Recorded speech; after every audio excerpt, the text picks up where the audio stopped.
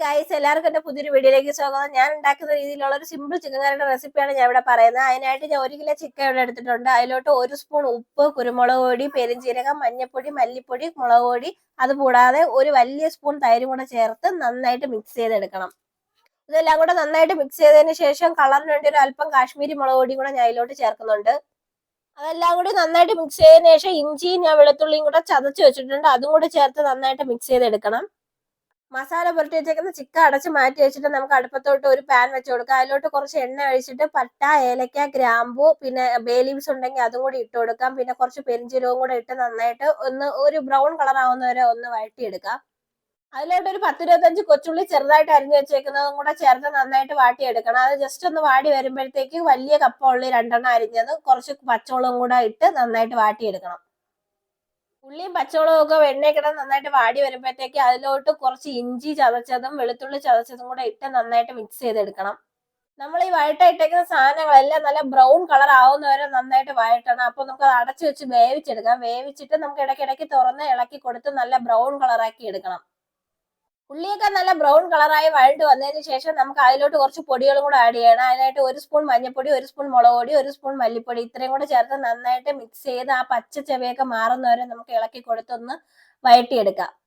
ഇപ്പൊ മസാലയൊക്കെ നല്ല രീതിയിൽ മൂത്ത് വന്നിട്ടുണ്ട്. അതിനുശേഷം നമുക്ക് ഒരു പഴുത്ത തക്കാളി നന്നായിട്ട് പീസാക്കിയതിനു ശേഷം അത് ഇട്ട് കൊടുത്ത് നന്നായിട്ട് ഇളക്കി മിക്സ് ചെയ്തെടുക്കാം. അതിലോട്ട് നമുക്ക് കുറച്ച് മല്ലിയില ഉണ്ടെങ്കിൽ ഇട്ട് കൊടുത്താൽ മതി. അതും കൂടെ ഇട്ട് കൊടുത്ത് നന്നായിട്ട് മിക്സ് ചെയ്തതിന് ശേഷം അടച്ചു വെച്ചൊന്ന് വേവിക്കാം. 2 മിനിറ്റ് വേവിച്ചതിന് ശേഷം തുറന്ന് നോക്കുമ്പോഴത്തേക്ക് തക്കാളിയൊക്കെ നല്ലതായിട്ട് വെന്ത് തുടങ്ങിയിട്ടുണ്ടാവും. അത് നന്നായിട്ട് മിക്സ് ചെയ്തതിന് ശേഷം അതിലോട്ട് നമ്മൾ ഇനി മസാല പുരട്ടി വെച്ചേക്കുന്ന ചിക്കനും കൂടെ ഇട്ട് നന്നായിട്ട് മിക്സ് ചെയ്തെടുക്കണം. അതിലോട്ട് നമ്മൾ മസാല പുരട്ടി വെച്ച പാത്രത്തിൽ കുറച്ച് വെള്ളം ഒഴിച്ചിട്ട് അത് ഈ ചിക്കനിലോട്ട് ഒഴിച്ച് നന്നായിട്ട് മിക്സ് ചെയ്ത് ഇളക്കിയതിന് ശേഷം നമുക്കൊരു 10 മിനിറ്റ് അടച്ചു വെച്ച് വേവിക്കാം. ഒരുപാട് വെള്ളം ഇപ്പോഴേ ഒഴിക്കണ്ട, കുറച്ച് വെള്ളം മാത്രം ഇപ്പോൾ ഒഴിച്ചാൽ മതി.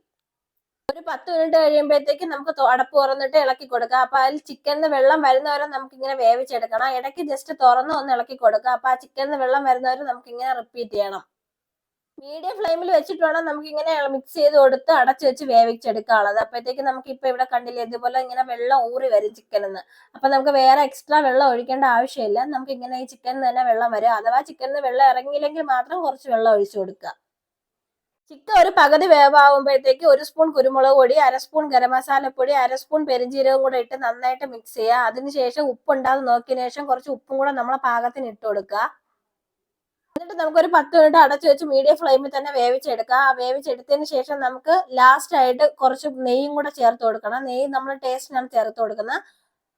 നെയ്യും കൂടെ ചേർത്ത് നന്നായിട്ട് മിക്സ് ചെയ്തതിന് ശേഷം കുറച്ച് കറിവേപ്പിലയും കൂടെ ഇട്ട് കൊടുത്തതിന് ശേഷം നമുക്ക് മൂടി വെച്ച് അടച്ച് ഒരു 10 മിനിറ്റും കൂടെ വേവിച്ചെടുക്കാം. അപ്പോഴേക്ക് നമ്മളെ ചിക്കൻ കറി ഇവിടെ റെഡി ആയി കിട്ടും.